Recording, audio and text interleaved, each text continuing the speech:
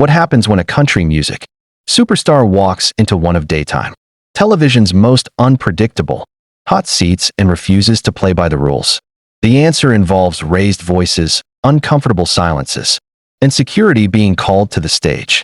This is the story of how Blake Shelton's appearance on The View went from a friendly, promotional interview to an absolute disaster that ended with him being escorted off the set. Before we get into exactly what was said that caused Joy Behar to lose her composure completely, make sure you hit that subscribe button and drop a comment below, telling us what you think about celebrities speaking their minds on talk shows. Now, let's get into what really happened on that stage. Blake Shelton walked onto The View set with his usual calm confidence, greeting the audience with that familiar wave that always brings cheers. He took his seat, ready for what he thought would be a normal conversation about his new album. The hosts, Joy Behar, Whoopi Goldberg, Sunny Hostin, Sarah Haynes, and Alyssa Farah Griffin, welcomed him warmly. Whoopi kicked things off with her signature friendly tone, asking him about his new project. Blake responded enthusiastically, talking about his creative process and the inspirations behind the songs. For a few moments, it felt like the interview would stay light, fun, and music-focused. But that shift came quickly, and everyone in the studio felt it the moment. Joy leaned forward with that pointed expression she gets when she's about to stir things up. She questioned why Blake had been quiet about social issues and whether he had any responsibility to use his platform. Blake tried to answer calmly, saying he believed there was a time and place for everything. But he wasn't there to lecture people. He was there to make music. Joy pushed harder, implying he was avoiding important issues. Blake pushed back, saying fans don't need him to tell them what to believe. The tension climbed, step by step. Sunny joined in, saying silence could be viewed as complicity. Blake insisted neutrality wasn't choosing a side, it was respect for his diverse fan base. Joy interpreted it differently, claiming he preferred to protect his brand instead of speaking up. The energy on set shifted from curiosity to confrontation, and even the audience sensed things were about to go off the rails. Blake tried to stay composed, but every question from Joy seemed sharper and more personal, and the pressure around him tightened like a rope. One simple question had just turned into a wildfire, and neither side seemed willing to back down. The tension that had started as a small spark now began spreading across the room. Like a fast-moving storm, Blake adjusted himself on the couch, trying to keep the conversation grounded. But Joy's energy was shifting from probing to confrontational. She leaned in again, raising her voice slightly, accusing him of choosing comfort over courage. Blake's polite expression tightened as he reminded her that he was there to talk about music, not politics. But Joy didn't ease up. She claimed that public figures owed it to their fans to stand up for what's right. Blake countered, saying people were capable of deciding what's right and wrong without celebrity guidance. His tone stayed even, but anyone with eyes could see the frustration simmering underneath. Sunny tried stepping in, her tone calmer, but her words hit just as hard. She suggested that choosing not to speak was still making a choice. That neutrality itself was political.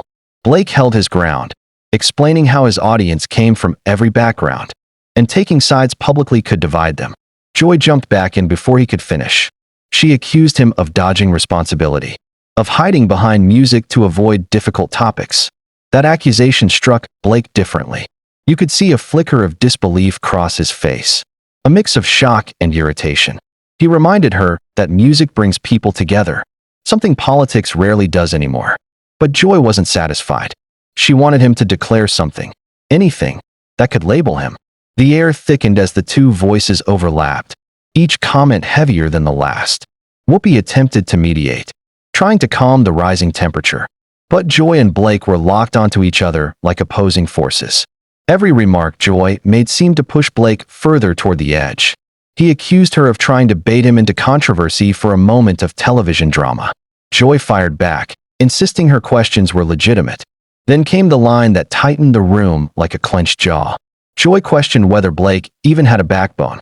The audience reacted instantly. Gasps echoed around the studio. Alyssa's eyes widened, Sarah shifted nervously, and Sunny froze mid-expression. Blake sat there, stunned for a beat. His jaw clenched, and you could almost feel the room vibrating with tension. Joy's tone had crossed from challenging into personal, And Blake Shelton, who had held on to his patience through the building tension, finally began to crack. Blake leaned forward, eyes narrowed, voice low but sharp enough to cut through the air. He reminded Joy that questioning his character wasn't part of the interview. But Joy, standing her ground, insisted she was simply asking hard questions that any influential figure should be able to answer. The studio felt like it was holding its breath. Blake's frustration finally surfaced as he defended his choices, explaining that he believed in creating unity through music, not deepening divides through political debates. But Joy argued that everything was political, and that refusing to engage was itself a political act. Blake shook his head in disbelief, saying he didn't come to the show for an ideological battle. Joy shot back that she had every right to challenge him.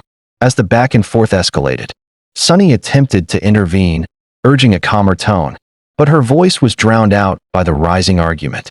Blake stood up, anger flashing in his eyes, and Joy rose too, unwilling to back down even an inch. The audience murmured louder now, sensing a breaking point. Whoopi quickly moved between them, hands raised, trying to restore order. But Joy refused to step back. She accused Blake of lacking courage, of caring more about his image than truth. That accusation hit Blake harder than anything else said that day. He stepped closer to the table, his voice shaking with anger as he listed the charitable efforts he'd supported quietly for years. Joy responded by questioning why no one had ever heard about those efforts. Blake pulled out his phone, offering to show proof. Whoopi tried stopping him, asking him to put the phone away. But the moment had already crossed into dangerous territory. Blake accused Joy of calling him a liar, and Joy claimed she was simply asking for accountability. Tension shot through the air like static. Blake's face tightened with fury as Joy shrugged off his words. He reminded her that not everyone did good deeds for applause. Joy countered that silence. Makes it impossible to know what's real and what's performance. The argument churned into a full storm. Blake's voice thundered, accusing Joy of twisting his words, of making everything about politics instead of humanity. Joy fired back, accusing him of hiding behind humility to avoid responsibility. Their voices clashed like two opposing forces in a collision no one could stop. Whoopi pleaded for a commercial break, but Joy cut her off, insisting the conversation wasn't finished.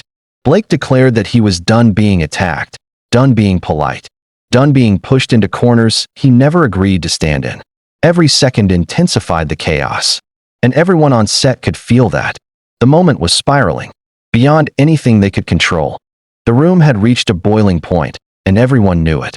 Blake stood there breathing hard, staring directly at Joy, who refused to break eye contact. The tension between them felt like a wire stretched to the point of snapping. Alyssa finally stepped in, her voice soft but steady, reminding everyone that disagreements didn't need to devolve into hostility. Blake acknowledged her with a slight nod, but Joy was already ready with another strike. She insisted that avoiding issues was the same as refusing to help, accusing Blake of caring more about staying popular than doing what's right. Blake's expression darkened. He told her she knew nothing about his life or who he truly was. Joy argued she was simply responding to what she saw. Blake accused her of wanting a viral moment instead of a real conversation. Joy rejected that, claiming she only wanted honesty. Their voices overlapped again, and producers began stepping closer to the stage. Sensing potential trouble, Sunny attempted once more to de-escalate, saying that every person uses their voice differently, and no one should be forced into one style of activism. But the words barely landed before Blake responded that he had been pushed beyond reason since the interview began.